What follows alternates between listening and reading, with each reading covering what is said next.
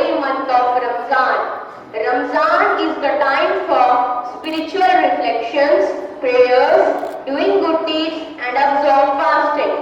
Fasting is important during the month of Ramzan as it allows people to devote themselves to their faith and come closer to Almighty God, and also cultivate self-discipline and empathy. Eid al-Fitr, also known as the festival of breaking fast, marks the end of Ramzan.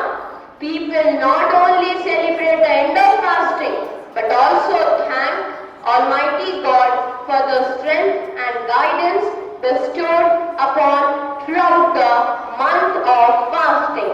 On the joyous occasion of Eid, people meet and greet each other and also spread the message of joy and brotherhood. May this Eid bring peace, joy and prosperity to everyone.